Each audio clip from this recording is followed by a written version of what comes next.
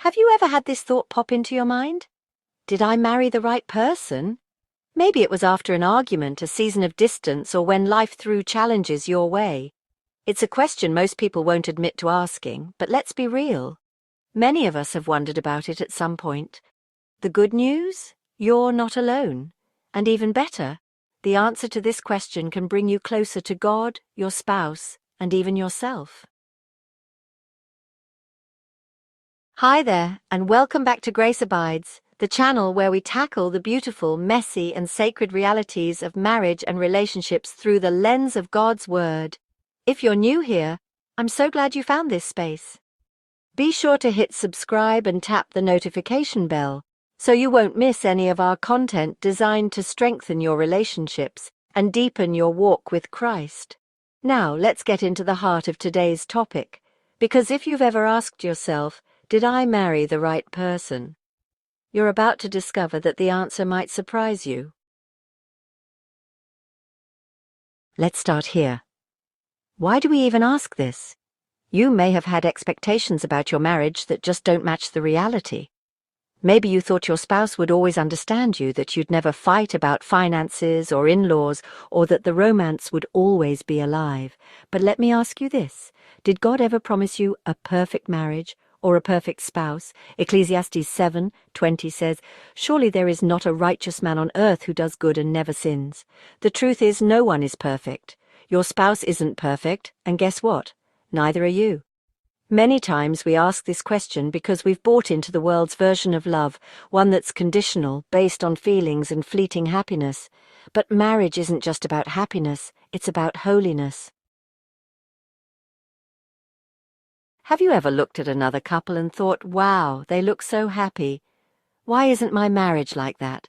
Comparison is a thief. It steals your joy, your gratitude, and your ability to see the blessings in your own marriage. The world might tell you, if you're unhappy, move on, find someone better.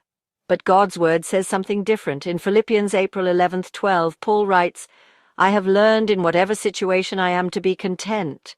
Contentment doesn't mean settling for a mediocre marriage. It means recognizing that the grass isn't greener on the other side. It's greener where you water it. So the real question isn't, did I marry the right person? But rather, am I becoming the right spouse? Marriage isn't just a human contract, it's a divine covenant. And here's the difference. A contract says, if you do your part, I'll do mine. A covenant says, I'll do my part, even when you don't. God designed marriage to reflect His unwavering love for us. Think about how Christ loves us. Even when we're unfaithful, when we're difficult, when we fall short, that's the kind of love we're called to show our spouses. In Ephesians chapter 5, verse 25, husbands are told, "Husbands, love your wives, as Christ loved the church and gave Himself up for her." This is sacrificial love. It's not always easy, but it's always worth it. If you've found yourself questioning your marriage, here are some steps to help you move forward. A. Pray for perspective. Sometimes we get so caught up in our own feelings that we forget to invite God into the situation. Take time to pray, not just for your spouse to change, but for God to change you. B. Reflect on the good. When was the last time you intentionally focused on your spouse's strengths instead of their flaws? Write down things you love or appreciate about them. Gratitude can soften even the hardest hearts. C. Communicate openly. Don't let silent resentment build up. Talk to your spouse about how you're feeling, but do it with kindness and respect. Use I statements like, "I feel disconnected," instead of blaming. D. Get help. Sometimes you need outside support. Seeking counseling, whether from a pastor or a Christian counselor, is a sign of strength, not weakness. If the fire has dimmed, don't give up. Love is a choice, not just a feeling. Here are some ways to reignite the spark. Plan intentional time together. Set aside date nights, even if it's just a walk or a simple meal at home. Serve each other.